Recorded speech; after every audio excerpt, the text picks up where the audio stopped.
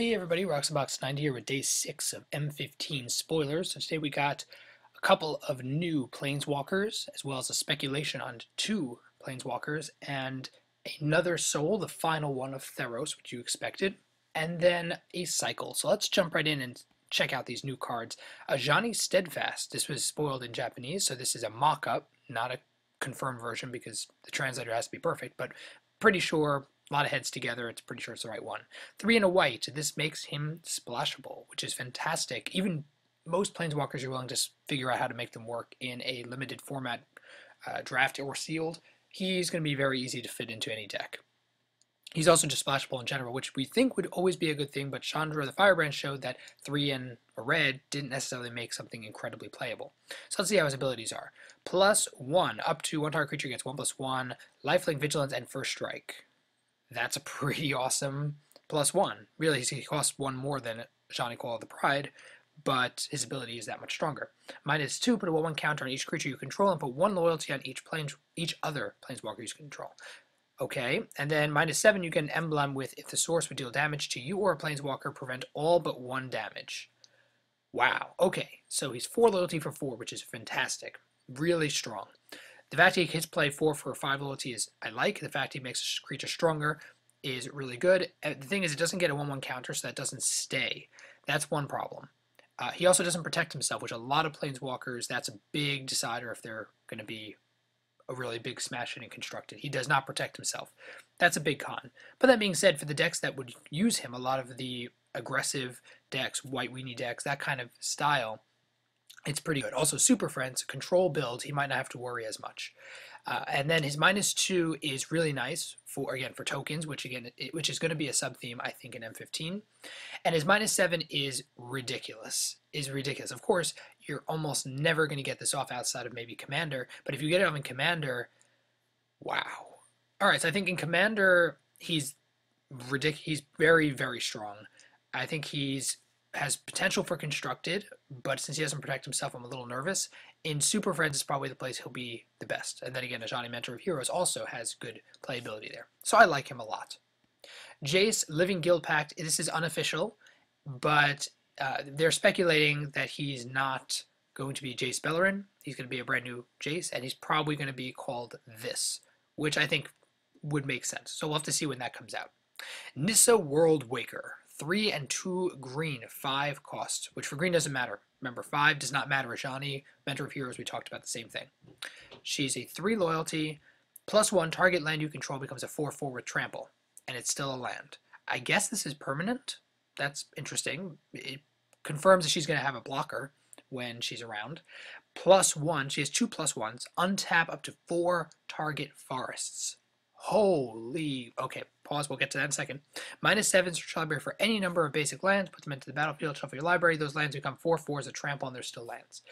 Alright, so I think her difficulty is that she makes the lands permanent, which can be great and it can be terrible if land destruction is at all possible or a thing, which I think that would hurt her a lot.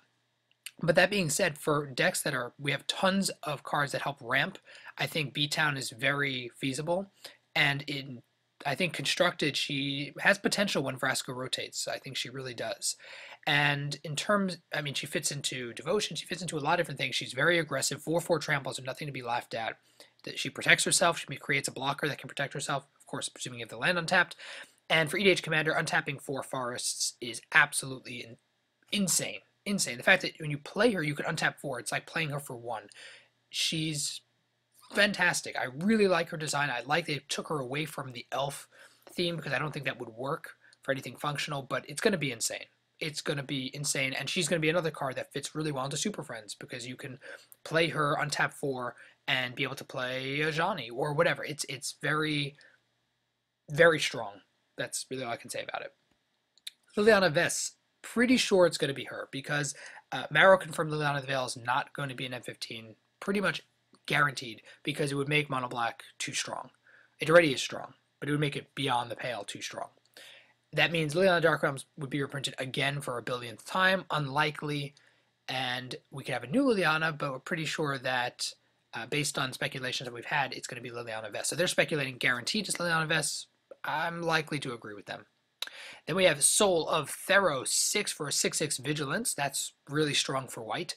6, creatures you control get 2/2 first strike lifelink. And 6, exile it, creatures you control get 2/2 gained first strike and lifelink. Realize this applies to itself. So if you play it and then, let's say, turn 5, and you turn 6, you do its ability, it becomes an 8/8 first strike lifelink with Vigilance, which is absolutely crazy.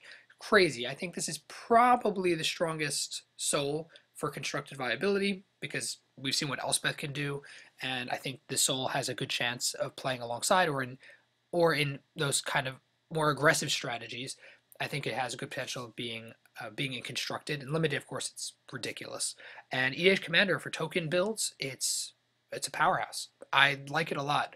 It fits the design of Theros. It connects to Elspeth and to the white in by giving vigilance and giving tokens. It'll go well with Heliod if they decide to make some kind of weird devotion build. I think it's very well designed. And last up, we have a cycle, Dauntless.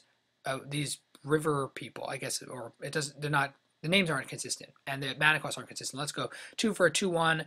1/1 as long as you control an island or a swamp or a mountain or a forest. This feeds off the Coddle kind of syndrome. I think the Sunblade is probably the most powerful. It's incredibly aggressive. But to be fair, they all are. They're all, as long as you control one of the basics that fit it, they're all really strong, very well costed, except for the Drobai. Drobai I don't like a lot. The rest I think are very 5/4, 4/4, 2/2, 3/2. I think they're all very well costed, and their abilities are all pretty strong. I think the Nightfire is a little too powerful, but then again, you can do it consistently. Limited, it might be too powerful. Sunblade is probably my favorite. It just is guaranteed to be, almost guaranteed to be 1 for 2/2. I can see foils of these being expensive. And yeah, I think in limited, all of these have potential except for the Drobai I don't like a lot. So let me know your guys' thoughts about this. We have so much today. We have Planeswalkers, multiple Planeswalkers, and amazing Soul of Theros. I'd love to hear your guys' thoughts down below in the comment section of the video. If you guys enjoyed, please tap the like button. If you're new to the channel, check in and subscribe. I'll be keeping up to date with all the newest M15 spoilers and more. And as always, Roxbox90 signing out. I'll see you guys next time.